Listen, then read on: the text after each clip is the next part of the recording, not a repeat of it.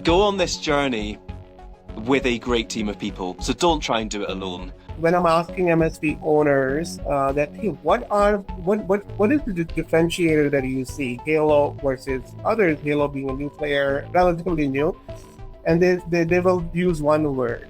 These people are real. Authentic. We're as real as it gets, Sonny.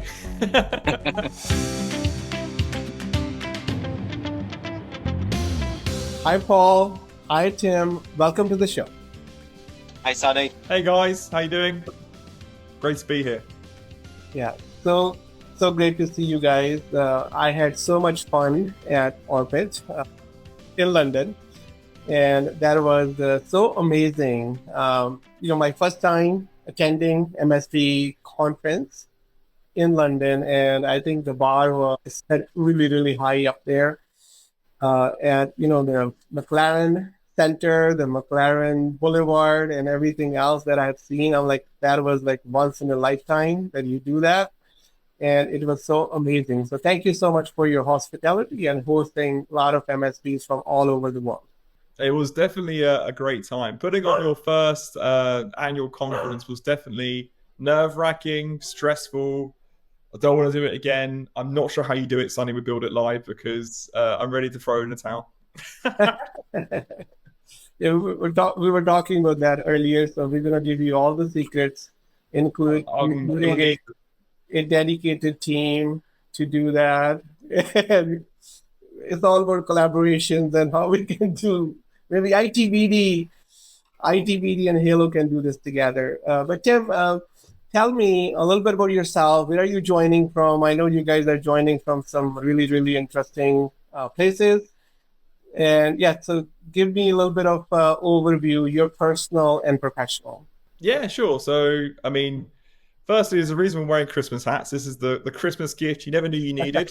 Halo and IT by Design podcast. So you're welcome, everyone. I'm based in the UK. I'm from the UK. As you can see, I'm in full Christmas festive mode. I have the Christmas tree and stockings up. I'm wearing a very glamorous hat. What's me professionally? So I've been in SaaS for over 10 years now. I was the 11th employee at Halo, one half of the two Tims that started Halo PSA. I'm a lot more extroverted than the other Tim. There's two Tims that started Halo, so I find my way onto the commercial side of the business. I've got more of a technical background, in all honesty. Way back when I started in implementations with a Canadian Montreal business continuity SaaS provider. And then, basically, I remember Paul very vividly saying to me one day in the old office, "Oh, Tim, do you like the other Tim?" And I was like, "Yeah, he's okay." Next thing I know, we're in a room together upstairs in the old pub, which used to be our office. He built the first Halo PSA trial, which was completely red. And I put up our website, and the PSA did about 40% of what a PSA is meant to do. And off we go. And we started selling and implementing a PSA. And now we're on track to probably become the most used PSA on the market in probably the next few years, which is a crazy, crazy journey. So grateful to be on this mad old journey and circus. But I guess that's a bit about me. Paul, you've outdone me on the location, so why don't you share where you are? Yeah, hi guys. I'm Paul, founder at Halo. Started employing people in 2011. Me personally, I've been doing this now for 20 years, but I guess it's been a 13-year journey in terms of proper business, employing people, and going on this journey, an incredible journey that we're on at the moment. In terms of where I am right now, I'm in it's a lovely day today, beautiful day, in the French Alps of Oriaz, just on the French-Swiss border. Just came away, but the weather is awful in the UK right now, as Tim will probably be able to agree to. I don't know, what's it like today, Tim? Is it miserable? Oh, it's just muddy, and I had to wear wellies on my dog walk earlier and a Barber jacket because it was raining. So yeah, you enjoy the sunburn. But yeah, we just come away for a week before Christmas. Come away skiing for a week with the family, and it's a great. I find it one of the best things to do where you can just switch off. And as I say, while I'm on a podcast at the end, I should be an après-ski right now, but I'm doing this podcast because we love you so much, Sonny. I remember when you gave me a copy of your book, your first book, and I read it, and there's just something about we got so many similarities, I think, in terms of our businesses and elevating people from all backgrounds. And I think, it's clear. I mean, obviously, we've gone on to be quite successful in business together, and I think there's underlying reasons why that is the case. And yeah, it's great. Thanks very much for inviting us on your podcast today. Thank you, Paul. Who would have thought we had two OGs in the industry all together at once? Two guys with crazy origin stories. One coming to the US and starting from our story's nothing like yours, Sonny. Well, you started in a bedroom, didn't you, Paul? Yeah, but Sonny's is much more romantic. I mean, the idea of going to New York, no money, filling cars at a petrol station, and going on to achieve what Sonny's achieved is, as I say, far more romantic than some nerds in a bedroom. Yeah. I mean, that's a bit of a downplay, but I mean, yeah, it's good to have you two together, two sort of titans, sort of self-made. There's an idea and the passion to go after it. So there should be, what could go wrong in this podcast? Yeah, no, I have a lot of thinking on self-made word, Tim, as well. It's but that's for some other time. It's all about teamwork. It's all about being at the right place at the right time with some right people, and all you have to do is do your part and do healthy teamwork, and then magic happens. I don't think there's one person can be successful on his or her own. But Paul, I thought you went there. One more thing there. Every entrepreneur that I talk to, they have such a unique, beautiful story that every entrepreneur can write a book on their origin story, and every leader, every human being. I think there's so much uniqueness in every single human being and their journey. And all we have to do is reflect and share and not die with that story. But Paul, I think you went there to show us that background. Can you give us that, if it's easier for you without kind of really breaking this angle? Can you show us that background that you were showing before we started? Oh, the physical background. I thought you were meaning the background to my story. Hold on a second. He is previous to our team's background, is what he's asking. He wants to check you're actually in France. Wow. That is so beautiful. So beautiful. Wow. Yeah, that's going to be on my next year 50th birthday trips. Here we go. This location. Actually, I think it just recently got voted the most scenic ski resort in Europe, in the whole of Europe. So that's quite an achievement. Make sure you go on a sunny day, though, because I went there when it was a bit cloudy. Probably, yeah. Today is cloudy here in New York City. What a beautiful world that, such a small world. That's the World Trade Center that we see from the Jersey side of the Hudson River. You don't see it because there's a lot of, a little bit of rain. It's very foggy today, but normally I'm able to see the whole city. It's like a backdrop of Manhattan. This is where we are having our velvet this year, Tim. Then you will be coming here in July. Yes. We will be partying at the top of the World Trade Center during Velvet. But let's get into our little bit of podcast. The first question I have is for you, Tim. I mean, you have been talking to so many MSP owners and leaders.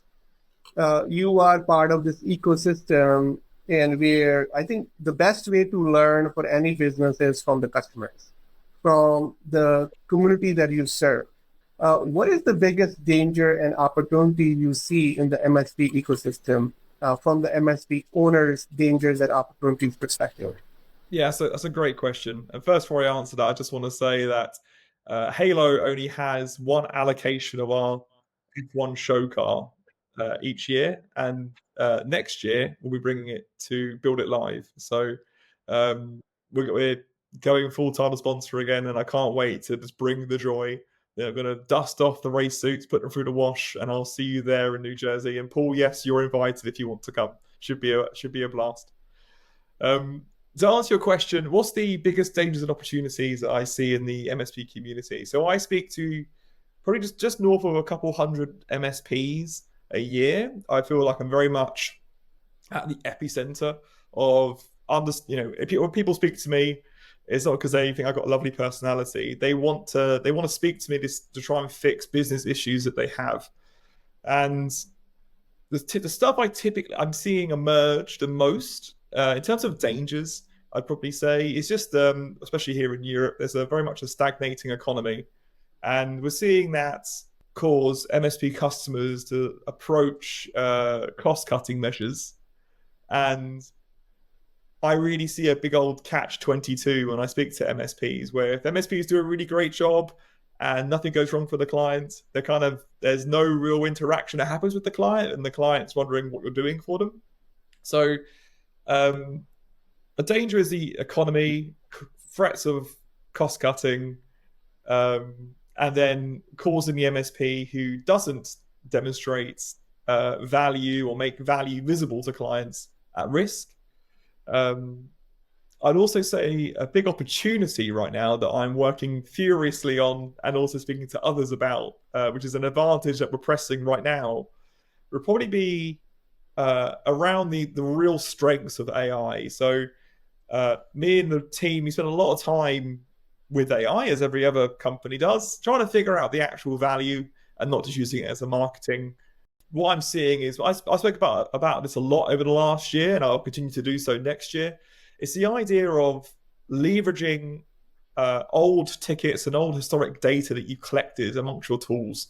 So MSPs by nature have tool sets that have a huge amount of data within them. And for MSPs to really harness that data, and doing so effectively to understand trends across the customer base, whether it be for leading to quicker resolution times in tickets for service purposes, or spotting opportunities to approach new clients or prospective clients armed with the data of your existing customers. So if you know your customers are using certain tool sets just because of the commonality between them, it means that your prospective customers that also approach you might also have the same requirements. So people who can connect the dots across their data lakes that they have without even knowing they have them is a real opportunity. And I probably see in the next year, there'll be a lot of movement in the vendor space, I reckon, where vendors will come out with solutions or maybe features on their existing tool sets to help MSPs use more of their historic data. So those are probably the two I'd mention that I'm seeing in the market today. Yeah, so reflect on your historical trends and to learn from it, to build your future, your way forward, understanding your past to create bigger future, and also in the context of AI. And I just want to add to this as well that as in terms of Halo's take on AI, so you'll know that Halo has an all-inclusive license model. We're not charging extra for any of the AI use cases. We're very much the AI realists in the industry at the moment. There's a load of hype, and if anything, we're almost in a bit of an AI bubble. Some of the valuations you see in the market, it's crazy, and the bubble is going to burst. It honestly is, because it's not what people are being told it is right now. It may be one day, but it's not there at the moment. And we will very much there's so many real benefits you can get, and we will be very, as I say, we are the realists. We will tell you, we'll tell you what it does do, what it doesn't do. And there's a lot of misinformation out there about AI at the moment. Yeah. And just one more thing, when Tim was mentioning about the dangers at the moment in terms of the cost cutting, the opportunity with that, because every danger there's an opportunity, and if you have a platform where you can demonstrate the value that you're adding as an organization, and you will see some of this. In fact, talking about AI, so some of the setup some of our MSPs have in terms of how the technologies all linked together, and I guess a good use case is the alerting, and then the auto the AI detection and automatic closures, and then you can run reports off and show the preventative work that's being done. So in terms of if you're an MSP client and you're trying to work out the value that your MSP is delivering, then you really should be using your PSA platform to be arguing that case of why, just justifying the costs, because it's a significant investment for a client, and they want to know that they're getting value for money. And that's absolutely core to our heart, really, is to demonstrate people use our platform to be able to show their clients the value that they're delivering. Yeah, so I have a couple of comments before we get into the second question. When Paul was sharing, like one company that is realistic about how we are thinking about AI as a platform that serves the MSP and beyond. I think your platform is not only for just not only the MSP channel, but a lot bigger companies as well. But one thing, so when I talk to people in the channel, I go to many different peer groups, many different communities, and I'm like, what like when I'm asking MSP owners that, hey, what is the differentiator that you see, Halo versus others, Halo being a new player, relatively new, and they will use one word: these people are real. The authenticity, authentic. We're as real as it gets, Sonny. That really resonates so well with me, Paul and Tim, because like the way I have built my life and the business is being authentic. And what is real? Being out there talking real, like what's possible, what's not possible. Because one thing that I believe in is that every progress starts with facing the reality. If you are not understanding the reality, you don't take time to understand the reality, then progress don't start. And if you don't have that, you're not in touch with the reality. The second piece is that the way you have given some examples of use cases where AI can be leveraged, and we are tracking about 170 MSP platforms, Paul and Tim. Now we're getting close to about 30 platforms, like the biggest platform in the US. They are doing business with us because we're building global teams for them. They will share with me from when we sit in their advisory boards as advisors to them for their talent strategies, is that, Sunny, one thing that I want is I want my revenue to grow without adding more people. And that's where, Tim, what you were sharing, like how MSPs can be more efficient and make themselves ready for any kind of economic climate, is thinking, how can I grow revenue without adding more people? That's one common piece that all these platform companies are looking for. And your platform is the platform that's going to empower, enable MSPs to think about growth, think about scaling the business without adding headcount, which is not too good for my business. But all I'm saying is that even for IT by design, we have to think how we can create value, the unique value contribution to the channel, other than just building global teams for them, because that's where all businesses are going. How can I do things better, faster, cheaper, bigger without people? And Paul, I'm going to stay with you for a little bit there because my question there is that you have built a great business as a founder, as a someone who's leading this company, and I think you're probably 2024 was biggest and a lot more ambitious than ever before. So my question to you is that what other business owners can learn from your successes, your learnings, like from habits and strategies point of view? What are you doing that others can learn from that, which is creating this type of like exponential growth? Yeah, I think there's two key things there. One is, I mean, it's a long-term project. There's no quick magic silver bullet to this. It's taken time. Like it's 10 to 20 years that it takes to. I mean, we're a software vendor, obviously, so it's a little bit different to an MSP. But I think the same thing applies. I think if you really have, and I guess it's beneficial if you start when you're younger. And I mean, I was fortunate enough to, honestly, I pretty much fell into this in my early 20s. So I had the rest of my life ahead of me. And if you are in an MSP right now and you got decades ahead of you, then honestly, just think so long term. Think 10 years ahead. Think 20 years ahead. So that's one aspect to it. And by the way, it's amazing the differences in your decisions when you do begin to think that far ahead rather than just, I don't know, 12 months ahead or 24 months ahead.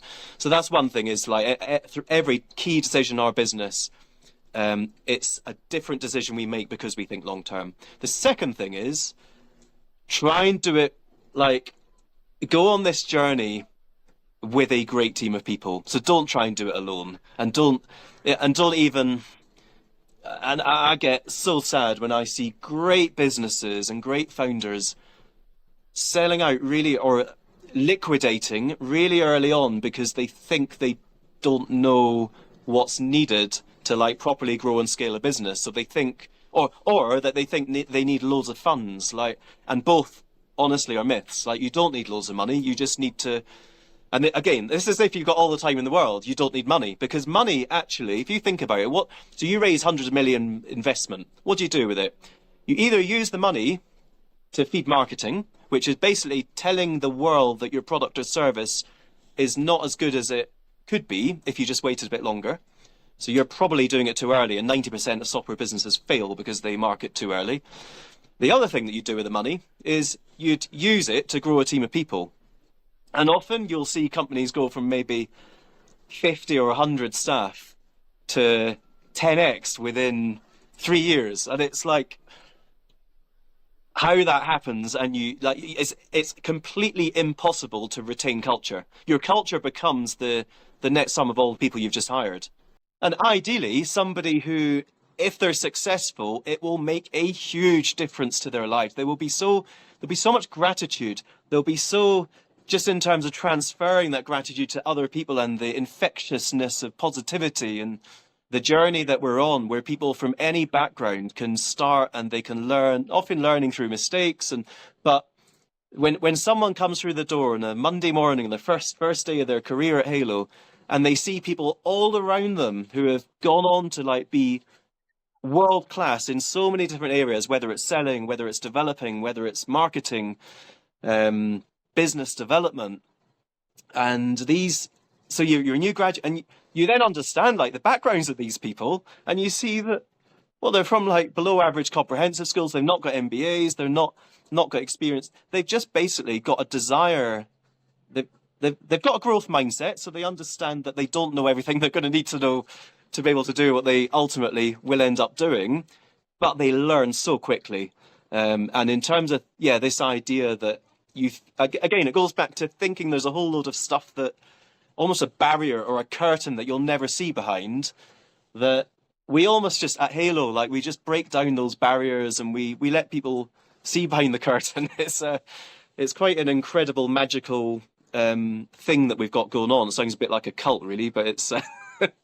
But Tim, I mean, I don't know, but as somebody... I mean, by the way, this is not by design. It's not like when I started hiring people in 2011, I thought, I know what we're going to do. I've hired developers with 10 years plus experience. It's just not worked out. Most of our developers, and I'm proud to say this, they had not done any development before starting at Halo. Most had done maths degrees. And I was talking to a founder of one of the most successful British software companies of all time, came into our office last week, absolutely intrigued and baffled, almost like thinking of like, I can't be telling the truth about the way it works at Halo. And by the end of the 2-hour visit, he was just absolutely blown away. And he said, look, whatever you do, don't lose the magic that's going on right now at Halo. And it's a weird place. We almost do the opposite of what everyone else does, and even now when people say, like you've just asked me, like, what is it about what we do at Halo? And you'll describe all these approaches we have, which is very different. Do you know what? It's so beautiful that the success we're having can just be shared with the team within Halo, but also with our Halo partners. So basically the staff at Halo, the partners at Halo, technology partners as well, that, there's every single bit of revenue once you take out the cost, you're left with quite a lot of profits. We're very lean and efficient, and that can all just be shared with the people that are actually making it happen, rather than the majority going to a financial ownership team where the primary focus is only financially driven. And it's as I say, it's a totally different approach at Halo. When you were saying something, I'm a very visual guy, so I was drawing this. That Yeah, that's so bang the on. Yeah, I mean, old way of like 80s structure in terms I of love it. org design, and here is the new way, the new Yeah, the unique strengths based teamwork, yeah, where it's we got very flat, and here is very bureaucratic way of doing things as a company. But also another piece that I heard there, Paul, is you thought long term, and you thought your thinking is a lot different than a typical entrepreneur.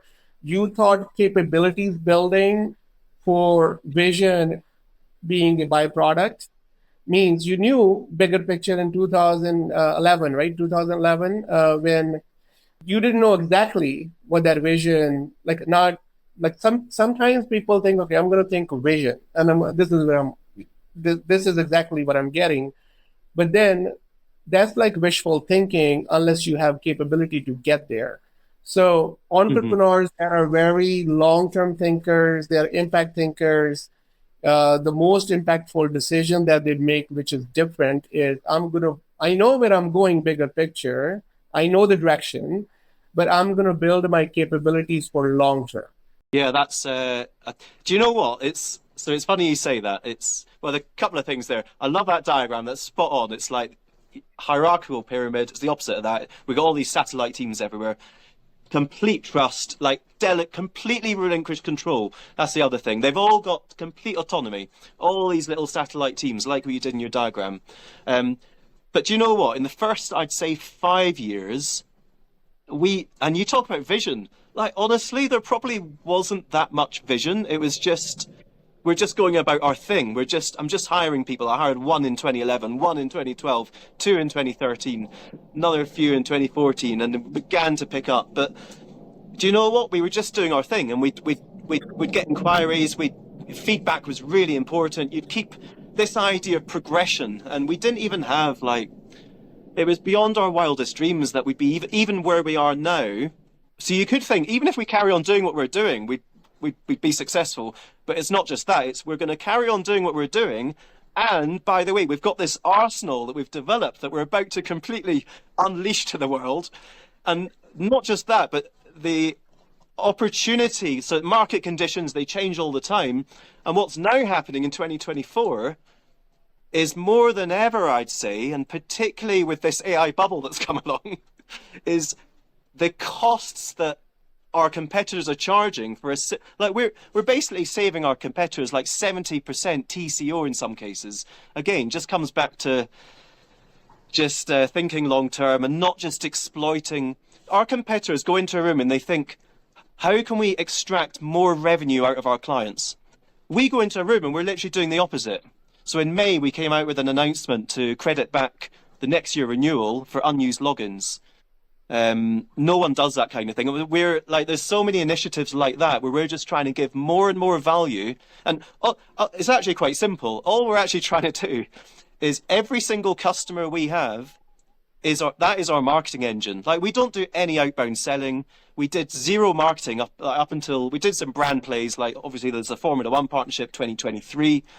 Up until then, we've done one trade show a year, and then 2023 onwards, when we got true product market fit, where we could see that we're winning all the tenders we go for, and the technology itself, just on a pure technology basis, is now best of breed. And that's the point we think, okay, well, we now need to start telling the world about this.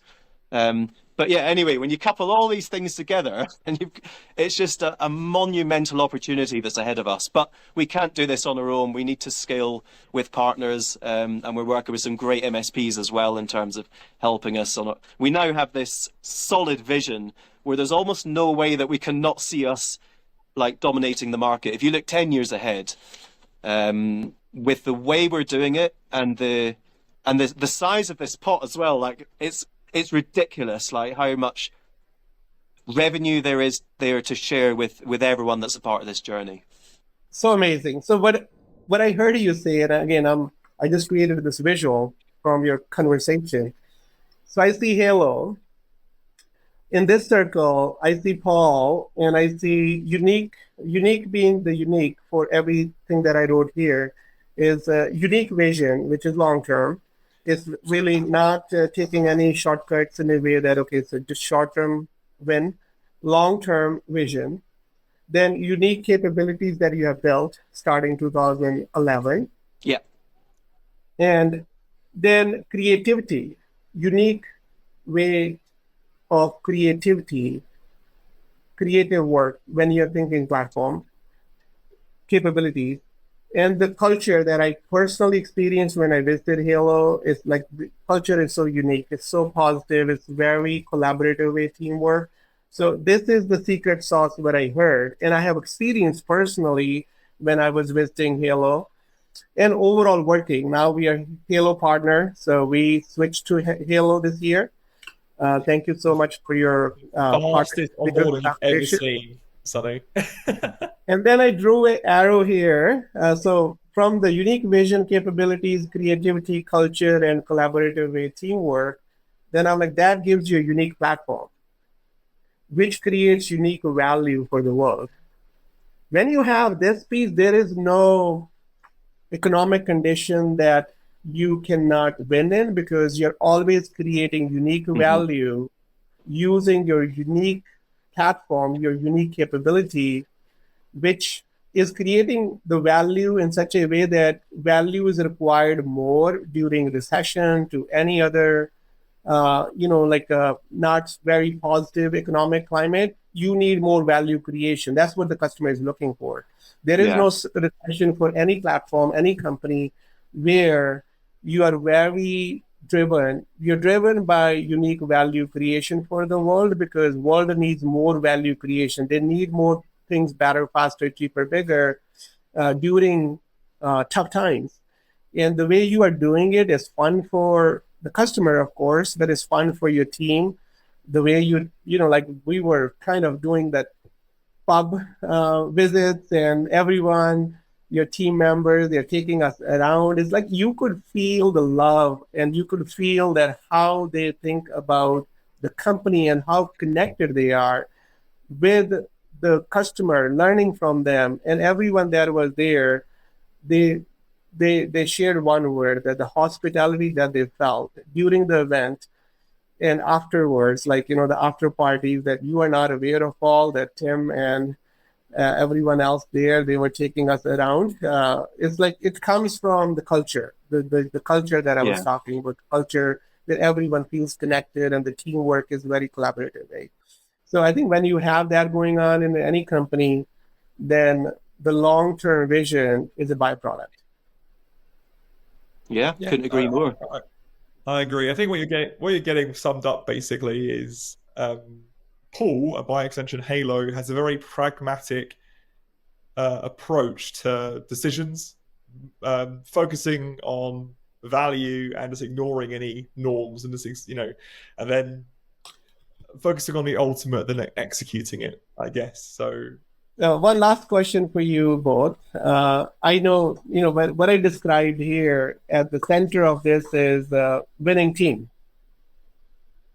And what I want to share with the world is that your approach to build winning team. So question is, what is the greatest lesson that you have learned to build a winning team? This is actually something I've learned in 2024, which I'm annoyed with myself because I actually knew it, but I didn't know it deep down enough to act on it. Well, let me go right back. So I worked at Ernst & Young in that pyramid for 1 year after I graduated. That was where I learned that command and control environments are not necessarily the best way to do business. Yeah, exactly. That's the old...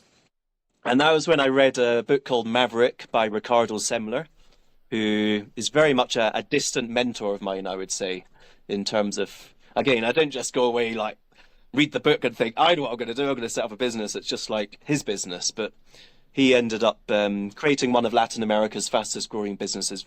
Massive success story, turning around a pyramid to one of these satellite kind of companies where it's, extreme levels of employee satisfaction, productivity, all the rest of it.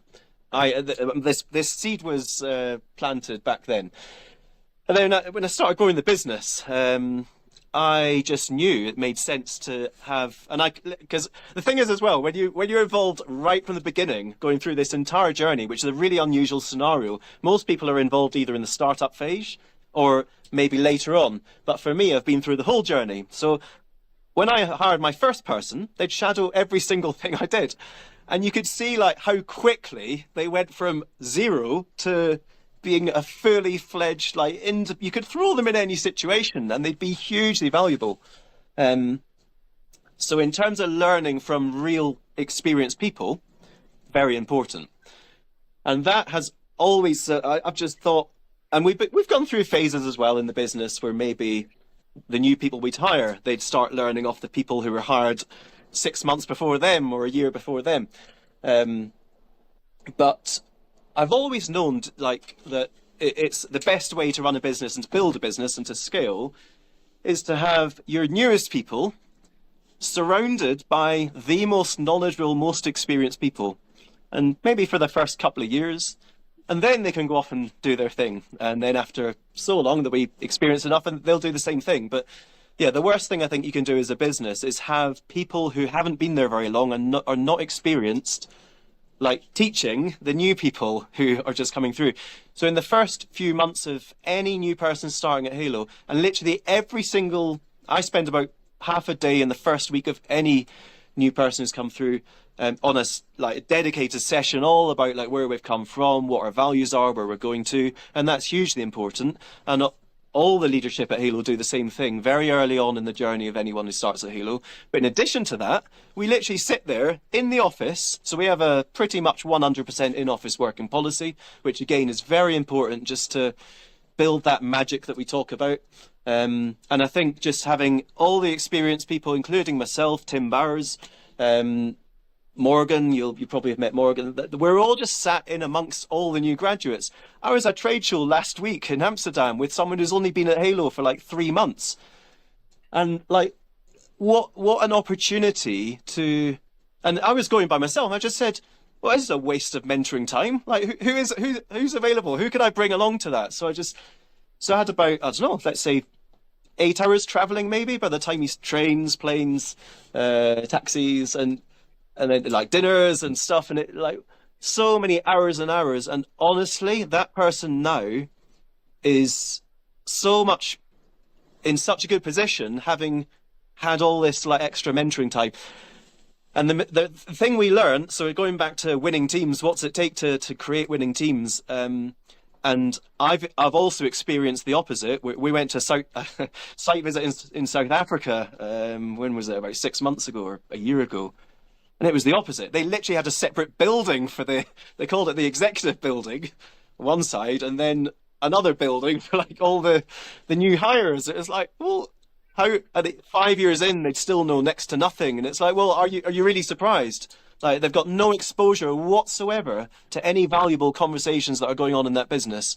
And I see it time and time again, where there's just this kind of, I don't know, it's we know better. It's a horrible, arrogant, toxic culture where almost maybe even defensive and protectionism coming into it as well, where they don't want to share.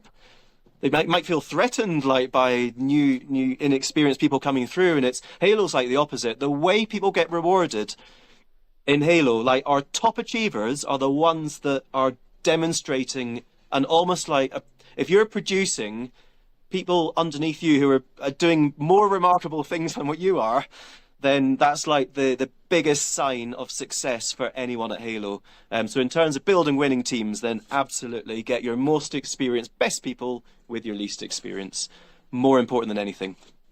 Yeah. So what I heard you say, Paul, there is that it's more your time commitment to make a new person kind of really aligned from the culture, values, mindset, the whole journey, where you spend a half day. That's really amazing. It's a lot of leaders don't take time they don't commit time to from the onboarding point of view with hiring people, right people, yes, it's required, but onboarding them and really making that time commitment to kind of really get them aligned with culture, with mindsets, with the tools and all the enablement that they need is really important.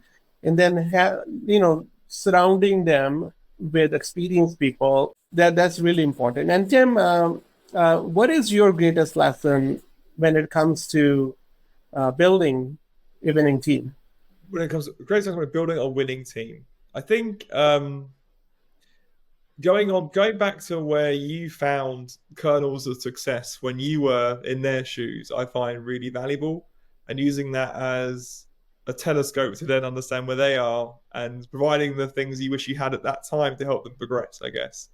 So when I was coming through, way back when, I remember talking to Paul about, can we organise some sort of commission structure? And it was like a few pounds a head for everyone coming through. And then basically building out a structure and creating a path which enabled you to become recognized and to find ability, and to basically just building the ladder of which you're able to find your success as an individual in a company who is climbing through the ranks and becoming who they need to be successful. And then just focusing on that need and requirement, I guess. So I remember example when I first got a few of the guys who joined me to take on PSA sales, I spent a lot of time with them initially. So for example, like Joe Allen, who you might have met, I remember sitting with him for about 2 months initially, day by day, trying to explain a PSA, and a PSA for everyone, I'm sure you know what it is, but it's a billing tool away from an ERP, which is probably the largest SaaS tool in the entire industry. So taking someone who's never been in software before and then teaching them how to learn the system, learn the USPs, convey value, and be convincing is quite a tall order. So there's a lot of upfront training debt you have with graduates, but the payoff is immense because they haven't got any cultural baggage. They haven't got a mentality where they feel they can't do stuff that hasn't been thought of before. They're not been struck by industry norms. These are just blank canvases for people to become who they want to become.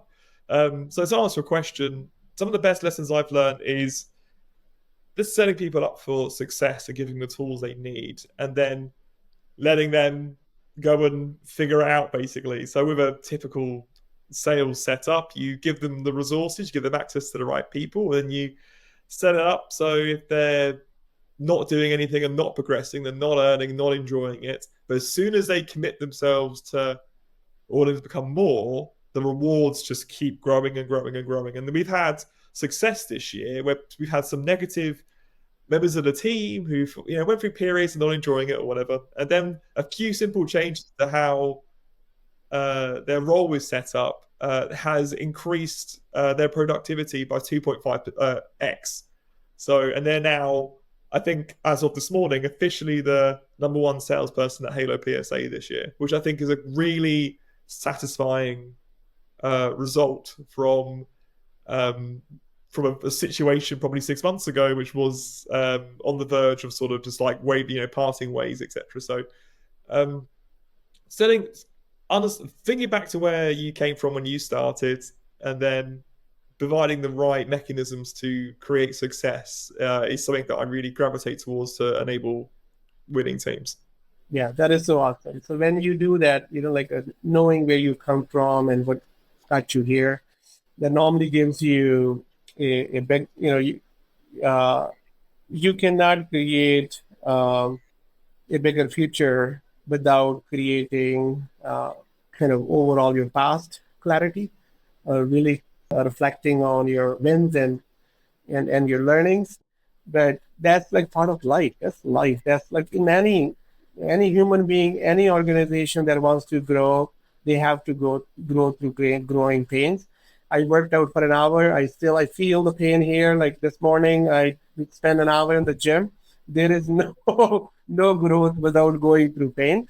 But at the end of this year, with holiday time and the new year now coming up, it's all about reflecting and then saying, okay, what is our gain?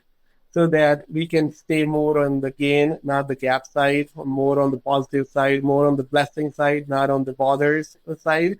And you as an organization, congratulations to you. You guys have done a great job this year to kind of really raise the bar in the channel and create a lot of value.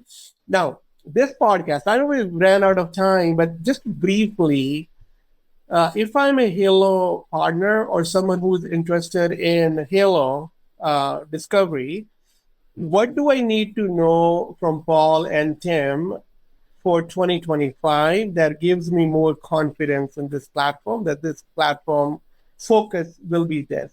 Can you describe that with maybe 2 to 3 words, not sentence, but words, like from the focused words? What are maybe the 3 words that you can pick for 2025, which if I'm a listener who is using Halo or who wants to who is considering Halo, what do I need to know? So, Sonny, I'm going to answer your question. I'm going to ask you a question. I'm going to answer your question. Sure. And I think that previous answer, you just wanted to bring up the fact that you go to the gym, if I'm all honesty. That's just so the listeners know. I would say, since this is the Christmas edition of Sonny's podcast, I want to know from you, actually just to everyone here, what's your favourite Christmas movie and why? I'll let you go first, Paul. Where is this going? Where is this going? It's Christmas edition. Yeah, I'm very bad at moving. Oh, you're asking Paul? I'll ask you both. Oh, okay, Paul, you go ahead. I'll go Elf. I love all this shot snowball fight in Central Park, New York City. That's an obvious choice. And me too. No, you can't both have Elf. No, really. I have so much love for New York City, and no, you can't pull that card. No, you need another choice. Well, recently I watched this. I don't know why it's called Christmas, but which one is it? The series of movies. Again, I'm very bad with names, but the guy, like the hostage situation. And are you talking about National Lampoon's Christmas Vacation? Probably yes. That is my pick. I love that we have the same favorite movie. That is hilarious. Yeah, where you've got the hostage situation. Tim, are you going to answer Sonny's question now? I'll answer the question. Yeah. So value. We're actually got an announcement coming out quite soon, which I think the clients in the industry will love, but competitors will hate. But value is one. Innovation, and we will continue to see more and more, again, like real AI developments and not all this nonsense that everyone else is spouting. And Tim, I'll let you. I say it how it is, Tim. You know me. You've known me long enough now. The value, the innovation. Go on, Tim. You come up with your third. What's the third word? Sum up Halo in 2025. I would say accessibility. We're really focusing on the accessibility of AI. Every MSP I speak to knows they need to do something, but don't know how to need to do it. And then they are applying bandages to tools that probably don't need them just to get some AI functionality so they can market it. It's not the correct use case. So some of my product strategy for 25 is I'm really focusing on accessibility of the AI and automation. Yeah. So you're you're transforming this industry. I don't like the word disruptive normally. Like I always want to use positive language, and the word that my choice is transformation rather than disruption. Some people, I'm hearing that like, oh, Halo is disrupting the industry. But I think it's really transformation. When you are leading, not only transforming as a business, but when you are transforming an industry, that is like next level. And it comes normally from the innovation that Paul, that you shared. It's using innovation to create value, more value than others around you. And then now from AI and accessibility point of view, that's another piece. So thank you so much. You guys are doing some great work, making a huge impact in this channel. So truly appreciate you guys and our collaboration, our partnership. Thank you for taking the time especially on your vacation, like if this is holiday time and Paul being somewhere where he should have been, My you know, life like is a he vacation. had other I don't mean that in the way that I don't do vocation. any work. I mean, like, I love my work so much, so it's every day. Yeah, It's Oh when you yeah. enjoy your work. He yeah, doesn't. Yeah, He doesn't do any work. yeah. And because he's I was trying always vocationing. workation. That's it. Yeah. Only one of us is calling in from France today. I was trying to show Thank you you the. guys. Just trying to show you the sunset. It's incredible, but it's not really coming Oh out yeah. very well. What It's a romantic way to end the podcast. There we go. as the sun sets on Avoria, That as is- the sun sets on this podcast. This is beautiful, and especially with the sunny silver lining, that's like a perfect ending with the sun. Yeah. And the silver lining there, the silver lining is that you will see the sun coming back up tomorrow morning. It's gonna come. It's gonna show up, and we'll go again. and we will go again. Thank you, guys. Thank you. Truly appreciate you. Thank you. Thank you for watching Sunny's Silver Linings. Don't forget to like, share, and subscribe. See you next time.